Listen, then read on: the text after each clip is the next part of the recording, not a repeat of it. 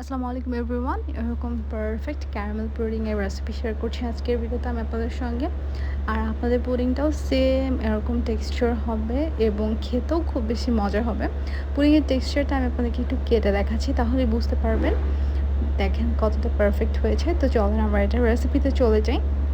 আজকে আমাদের পুডিংয়ের hero ingredients হচ্ছে গরুর দুধ। তো আপনি এখানে চাইলে পাউডার মিল্ককে গরুর দুধের কনসিস্টেন্সিতে নিয়ে ব্যবহার করতে পারেন। তো আমরা এখানে যেহেতু খাঁটিটাই ছিল সেটা ব্যবহার করেছি। আর খাঁটি গরুর দুধের উপর দেখবেন একটা বাটারের লেয়ার ক্রিয়েট হয় বেশি দিন রেখে দেওয়ার ফলে। তো এবারে আমরা ডিমটাকে একটু উইস্ক করে নিচ্ছি। আমরা 1 মাগ দুধের জন্য 2টা ডিম ইউজ করছি। তো 2 মাগ দুধের জন্য আপনারা 4টা ডিম ইউজ করবেন, এই হবে আপনাদের রেশিও। এবার আমরা খুব ভালোভাবে এটাকে উইস্ক করে নিব। হুইস্ক করতে হবে, তবে হুইস্ক করে কিন্তু কেকের মতন ফেনা তুলে ফেলা যাবে না। আর এটাকে জাল করে ঠান্ডা করে নিয়েছে, একদম ঠান্ডা করে দুধটাকে কিন্তু ব্যবহার করতে হবে। দেখতে পাচ্ছেন উপরে একটা মালাইয়ের লেয়ার পড়ে গিয়েছে। একটু একটু করে অ্যাড করছি আর একটু একটু করে আমরা হুইস্ক করছি এখানে।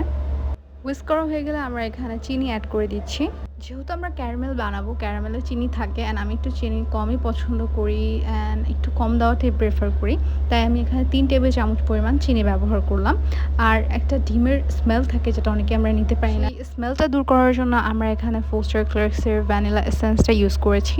এবার খুব ভালোভাবে হুইস্ক করে নিচ্ছি। তো পুডিংয়ের মোল্ডে আমরা ক্যারামেলটা সেট করে নিয়েছি। কিভাবে পারফেক্ট ক্যারামেল তৈরি করবেন আর কিভাবে কি করেছি সেটা আমি আমার ওনার একটা পুডিংয়ের রেসিপিতে দিয়ে দিয়েছিলাম এবং ডিটেলস বলেও দিয়েছিলাম।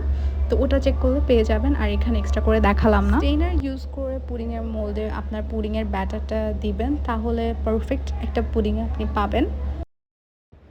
পুডিংয়ের ব্যাটারটা পুডিংয়ের মোল্ডে আমরা ট্রান্সফার করে নিয়েছি। এবার এটাকে স্টিম করার জন্য আমরা চলে যাচ্ছি কিচেনে। যেহেতু আমরা আজকে পুডিংটা স্টিম করব ইলেকট্রিক চুলায়, তো আমি পানি খুব কম ব্যবহার করেছি, পাতিলের অর্ধেকের থেকেও কম আছে। তার মাঝে আমি একটা স্ট্যান্ড বসিয়ে দেন আমি পুডিংয়ের মোলটা বসিয়ে দিচ্ছি। তার উপরে আমি একটা ঢাকনা বসিয়ে দিচ্ছি। তো ঢাকনা এমন চুজ করবেন, পাতিল এমন চুজ করবেন যেটা অ্যাডজাস্টেবল, একটা আরেকটার সাথে অ্যাডজাস্ট করা যাবে খুব সহজেই। তাহলে স্টিম হলে স্টিমের যে ভাবটা আছে সেটা পুরোটা পুডিংয়ের মোল্ডে পৌঁছাবে এবং আপনার পুডিংটা পারফেক্ট হবে।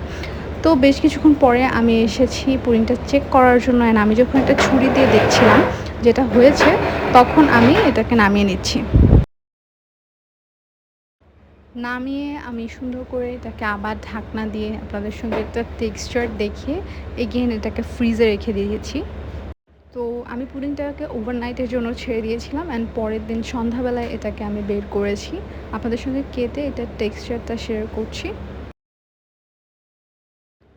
অ্যান্ড ইয়া, আমাদের ক্যারামেল পুডিং কিন্তু একদম রেডি। সো কেউ যদি এই রেসিপি ফলো করে পুডিং বানান, তাহলে কিন্তু কমেন্ট করে জানাবেন আপনাদের কাছে কেমন লেগেছে। আজকের মতো এখানেই বিদায় নিচ্ছি। সবাই অনেক অনেক ভালো থাকবেন, সুস্থ থাকবেন। আল্লাহ হাফেজ।